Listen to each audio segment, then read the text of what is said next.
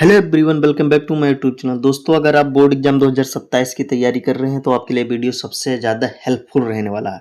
क्यों हेल्पफुल रहने वाला है? तो सबसे मैं आपको बता दूं कि इस वीडियो में हम सब पढ़ेंगे विज्ञान के पार्ट 1 रासायनिक अपक्रियाएं एवं समीकरण। और इस चैप्टर से जितने भी प्रश्न आपके 2 नंबर के 1 नंबर के बनेंगे, टॉप 25 क्वेश्चन इस वीडियो में लेकर आया हूं। दोस्तों, आपको वीडियो को लास्ट तक जरूर देखना है। मैं ऐसा प्रश्न लेकर आया हूं दोस्तों, जो आपको ना तो टीचर पढ़ाते हैं ना स्कूल में बताते हैं, और ये बोर्ड परीक्षा में आ जाते हैं। सब एग्जाम ओरिएंटेड प्रश्न है, आपको वीडियो लास्ट तक जरूर देखना है। सबसे पहले प्रश्न ही क्या है कि रासायनिक अपक्रिया एवं समीकरण चैप्टर है, तो सबसे पहला प्रश्न ही है कि रासायनिक अपक्रिया क्या है, यानी रासायनिक अपक्रिया किसे कहते हैं या क्या है। प्रश्न आपके बोर्ड परीक्षा में पूछ लिया तो आपको लिखना है उत्तर में कि वह प्रक्रिया जिसमें एक या एक से अधिक पदार्थ मिलकर एक नए पदार्थ बनाते हैं, रासायनिक अपक्रिया क्या होती है? तो रासायनिक अपक्रिया कहलाती है। समझ लीजिए, क्या समझिए कि एक कोई पदार्थ है, उदाहरण से समझिए कि जैसा एक कोई पदार्थ है, ये आपने पदार्थ देखा। उदाहरण से समझिए कि मैग्नीशियम और ऑक्सीजन मिलकर क्या बनाते हैं? तो मैग्नीशियम ऑक्साइड। मतलब समझिए, जो Mg है और O2, Mg और O2 जो है ये क्या है? एक पदार्थ ही तो है, ठीक है। ये दोनों आपस में मिल जाते हैं और एक नया पदार्थ का निर्माण कर देते हैं। इसी को रासायनिक अपक्रिया कहते हैं, ठीक है। बहुत शॉर्टकट परिभाषा है, ये 2 नंबर का है और वेरी इंपॉर्टेंट है दोस्तों, ये आप ध्यान रखना। फिर दूसरा प्रश्न है कि रासायनिक अपक्रिया के मुख्य लक्षण। ये इंपॉर्टेंट है दोस्तों, ये वेरी वेरी इंपॉर्टेंट है, ये वेरी वेरी IMP है, ये ध्यान रखना, क्योंकि ये परीक्षा में पूछता है कि रासायनिक अपक्रिया के मुख्य लक्षण क्या है, लिखिए। तो मुख्य लक्षण में लिख लेना, रंग में परिवर्तन होता है, या गैस का निकलना, या ताप में परिवर्तन, या अवक्षेप बनना, या प्रकाश उत्पन्न होना। ये 5 मुख्य लक्षण हैं जो आपको बोर्ड परीक्षा में ध्यान रखना है। अगर पूछ लेता है, ये बहुविकल्पी में पूछ लेगा कि रासायनिक अपक्रिया के मुख्य लक्षण निम्न में से नहीं है, ऐसे पूछेगा नहीं है, 4 दे देगा, 3 दे देगा कि है, एक वाला नहीं रहेगा, वही आपको लिखना होता है, ठीक है।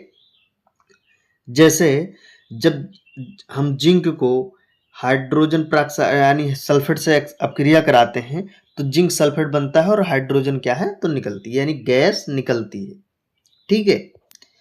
अब तीसरा प्रश्न है सबसे ज्यादा इंपॉर्टेंट, रासायनिक समीकरण क्या है? रासायनिक अपक्रिया पढ़े, रासायनिक अपक्रिया के लक्षण देखे हैं। तीसरा प्रश्न है रासायनिक समीकरण क्या है? तो रासायनिक समीकरण वह यानी रासायनिक अपक्रिया को रासायनिक सूत्रों और संकेतों द्वारा लिखना रासायनिक समीकरण कहलाता है। समीकरण क्या है? रासायनिक जो अपक्रिया है, अपक्रिया को रासायनिक सूत्रों, जैसे मैंने पूछा हाइड्रोजन, तो हाइड्रोजन ना लिख के H2 लिख दीजिए, H लिख दिए, हाइड्रोजन का सूत्र संकेत है या सूत्र कह लीजिए, द्वारा लिखना रासायनिक समीकरण कहलाता है। तो 2H2 प्लस O2 ये क्या है? तो ये सूत्र या संकेत है, और ये जो पूरा बना ये रासायनिक समीकरण कहलाता है, ठीक है। चौथा प्रश्न है शब्द समीकरण क्या है? शब्द समीकरण, रासायनिक समीकरण, ये ध्यान रखना दोस्तों, दोनों में से एक जरूर बोर्ड परीक्षा में पूछेगा, रासायनिक समीकरण या शब्द समीकरण, दोनों में से एक इंपॉर्टेंट जरूर बोर्ड परीक्षा 2027 में आना है। शब्द समीकरण में है पदार्थ के नाम शब्दों में लिखे जाते हैं, ठीक है। जिस समीकरण में पदार्थ के नाम शब्दों में लिखे जाते हैं उसे शब्द समीकरण कहते हैं। समझ लीजिए कि रासायनिक समीकरण क्या है। तो रासायनिक समीकरण आपको ध्यान रखना है कि रासायनिक अभिकरण सूत्र और संकेतों द्वारा लिखना रासायनिक समीकरण कहलाता है। लेकिन जिस समीकरण में पदार्थों के नाम शब्दों में लिखे जाते हैं, जैसे हाइड्रोजन ऑक्सीजन, मैंने क्या बताया, ये हाइड्रोजन और ऑक्सीजन संकेत हैं, ये सूत्र हैं, तब ये समीकरण कहलाता है रासायनिक समीकरण। लेकिन अगर हाइड्रोजन और ऑक्सीजन मिलकर जल बनते हैं, इसको जल लिखेंगे, लेकिन अगर शब्दों में लिखा जाए तो उसे शब्द समीकरण कहते हैं, ठीक है। अब मोस्ट इंपॉर्टेंट प्रश्न है दोस्तों, कंकाल समीकरण क्या है? ठीक है, कंकाल समीकरण क्या है? वेरी वेरी इंपॉर्टेंट है, ये ध्यान रखना, मोस्ट इंपॉर्टेंट है। कंकाल समीकरण क्या है? तो असंतुलित रासायनिक समीकरण को कंकाल समीकरण कहते हैं। जैसे कैसे, समझ लीजिए कि Mg यानी मैग्नीशियम को ऑक्सीजन से करा तो मैग्नीशियम ऑक्साइड बना, लेकिन ये कंकाल है, ये असंतुलित है। असंतुलित मतलब यहाँ मैग्नीशियम के एक कण है, यानी एक तत्व है, और यहाँ ऑक्सीजन के 2, लेकिन यहाँ बने क्या है? तो दोनों एक एक हैं। ये असंतुलित है, ये संतुलित रासायनिक समीकरण नहीं है। इसको कंकाल को असंतुलित समीकरण भी कहते हैं, ये ध्यान रखना। कंकाल समीकरण पूछ ले, लेकिन कंकाल जो नाम है ये आपको टफ लग रहा होगा या आप इस नाम सुने नहीं होंगे, ठीक है। इसीलिए मैंने लेकर आया है कि बोर्ड परीक्षा में पूछ ले तो आप भ्रमित ना हो। 6वां प्रश्न है कि संतुलित रासायनिक समीकरण क्या। संतुलित मतलब किसी भी तरह से, अब इसमें बताऊंगा मैं कि जिस समीकरण में दोनों ओर परमाणुओं की संख्या समान हो वह संतुलित समीकरण कहलाता है। असंतुलित या कंकाल समीकरण क्या है, तो जिन समीकरण में दोनों परमाणुओं की संख्या दोनों ओर, जो ये देखिए यहाँ O2 है, यहाँ O2 है, यहाँ Mg है, लेकिन यहाँ संतुलन यानी समान परमाणु की संख्या नहीं है। लेकिन इसमें क्या है, तो इसमें समान है, ठीक है। कैसे, जैसे यहाँ O2 है तो यहाँ 2Mg है और दोनों मिलकर क्या बन गए, मैग्नीशियम ऑक्साइड बना दी। ये है संतुलित रासायनिक समीकरण, ठीक है। अब 7वां प्रश्न पूछता है कि रासायनिक समीकरण को संतुलित करना क्यों आवश्यक है। पूछता है कि रासायनिक समीकरण, पूछ ले एग्जाम में कि रासायनिक समीकरण को संतुलित करना क्यों आवश्यक है। तो आपको ध्यान रखना है कि द्रव्यमान संरक्षण नियम का पालन करने के लिए रासायनिक समीकरण संतुलित करना आवश्यक है। द्रव्यमान संरक्षण नियम का पालन करने के लिए समीकरण संतुलित करना आवश्यक है, ठीक है। 10वां प्रश्न है कि भौतिक परिवर्तन क्या है। तो जिस परिवर्तन में नया पदार्थ नहीं बनता उसे भौतिक परिवर्तन कहते हैं। जैसे बर्फ का पिघलना, ऐसे समझ लीजिए कि जैसे बर्फ का पिघलना, बर्फ किससे बना, पानी से। पानी यानी बर्फ किससे बना, पानी से, और बर्फ पिघलेगा तो बनेगा क्या, पानी। मतलब कोई दूसरा तत्व का निर्माण नहीं होगा। यानी जिस परिवर्तन में नया पदार्थ नहीं बनता, इसमें नया पदार्थ नहीं बना, तो भौतिक परिवर्तन है, ठीक है। रासायनिक परिवर्तन, हाँ इसका जरूर है कि रासायनिक परिवर्तन क्या है, तो जिस परिवर्तन में नया पदार्थ बनता है उसे रासायनिक परिवर्तन कहते हैं। जैसे लकड़ी का जलना, लकड़ी अगर जल गई है तो गैस निकलेगा यानी धुआं होगा, कोयला बनेगा या राख बनेगी, लेकिन दोबारा राख को हम कुछ करेंगे तो लकड़ी नहीं बन सकती। ये रासायनिक परिवर्तन है। लेकिन अगर आप ध्यान रखना कि जो बर्फ का पिघलना है, इससे पानी बनेगा, पानी से बर्फ बनेगा, ये भौतिक परिवर्तन है, ठीक है। 12वां प्रश्न, संयोजन अपक्रिया क्या है। तो संयोजन अपक्रिया, जब दो या दो से अधिक पदार्थ मिलकर एक नया पदार्थ बनाते हैं तो संयोजन अपक्रिया होती है। उदाहरण कोई भी लीजिए, इसको संयोजन अपक्रिया भी कह सकते हैं। कोई भी पदार्थ एक या दो मिलकर जब नया पदार्थ बनाते हैं तो संयोजन मतलब जुड़कर बनाते हैं। संयोजन मतलब, संयोग मतलब जुड़ना, ठीक है। तो संयोजन अपक्रिया होती है। जैसे मैग्नीशियम को ऑक्सीजन से अपक्रिया कराया तो मैग्नीशियम ऑक्साइड का निर्माण हो। अगला प्रश्न है, चूने के बुझने की अपक्रिया लिखिए। या बुझा हुआ चूना का सूत्र पूछ लेता है बहुविकल्पीय में, ये आपको ध्यान रखना। या चूने के बुझने की अपक्रिया लिखिए, तो अपक्रिया लिखना क्या है कि कैल्शियम ऑक्साइड को जब जल से यानी अपक्रिया कराते हैं तो कैल्शियम हाइड्रोक्साइड, ठीक है, CH2, जिसको कहते हैं बुझा हुआ चूना, ये है कैल्शियम ऑक्साइड। बिना बुझा हुआ चूना, ये है बुझा हुआ चूना का सूत्र, CaOH का होल्टोइज, प्लस क्या निकलती है, तो उष्मा निकलती है, ठीक है। फिर अगला प्रश्न है, अपघटन अपक्रिया क्या है। अपघटन मतलब होता है टूटना या विखंडन। संयोजन मतलब होता है जुड़ना, अपघटन मतलब होता है टूटना।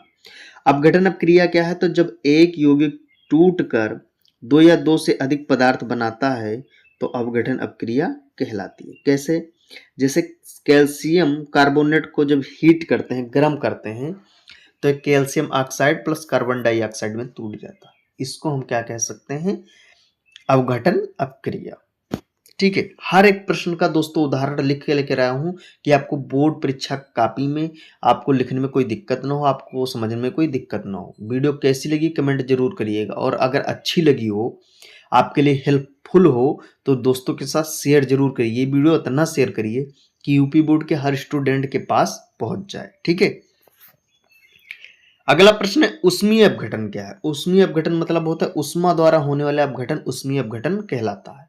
जैसे ये जो क्या अपघटन कह लीजिए, लेकिन ये जो मैंने उदाहरण दिया था कैल्शियम कार्बोनेट का, ये ऊष्मीय अपघटन अपक्रिया में उधर लिख सकते हैं और अपघटन अपक्रिया में भी लिख सकते हैं इसका उदाहरण, ठीक है। विद्युत अपघटन क्या है, तो विद्युत द्वारा यानी इलेक्ट्रिसिटी द्वारा होने वाले अपघटन विद्युत अपघटन कहलाते हैं। जैसे जल, जब जल को तोड़ा जाता है हाइड्रोजन ऑक्सीजन में, तब इलेक्ट्रिसिटी द्वारा ही तोड़ा जा सकता है। ठीक है, उसके बाद है प्रकाश अपघटन। क्या है? प्रकाश द्वारा होने वाला अपघटन प्रकाश अपघटन कहलाता है। सनलाइट मतलब सूर्य की किरणें में कोई अपक्रिया अगर अपघटित होती है तो उसको हम प्रकाश अपघटन कहते हैं।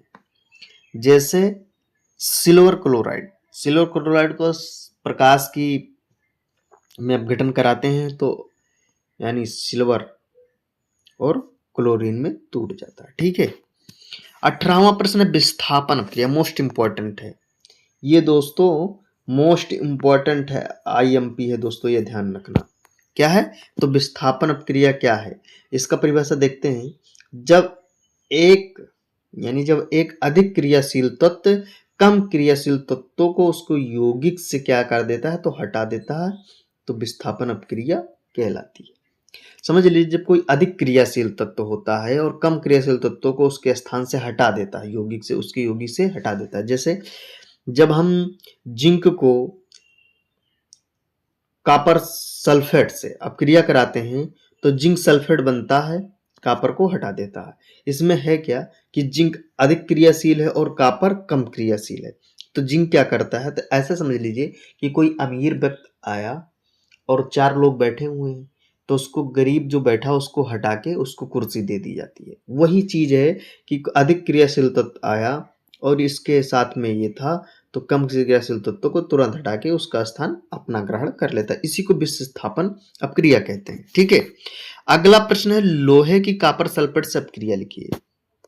लोहे से कॉपर सल्फेट की अपक्रिया, तो जो लोहा भी है ये भी कॉपर से अधिक क्रियाशील है, इसलिए इसको भी कह सकते हैं विस्थापन अपक्रिया का ये भी उदाहरण है। अगर पूछ ले वो नहीं लिख सकते हैं तो ये भी लिख दीजिए। ठीक है, उसके बाद द्विव विस्थापन। द्विव विस्थापन मतलब होता क्या है, ये द्विव विस्थापन अपक्रिया क्या है, तो जब 2 यौगिक अपने आयनों का आदान प्रदान करते हैं, मतलब समझिए विस्थापन अपक्रिया था उसका स्थान ग्रहण कर दिया, लेकिन द्विव विस्थापन मतलब होता है कि स्थान अगर हम आपको हटाएंगे तो हम अपना वाला स्थान आपको देंगे।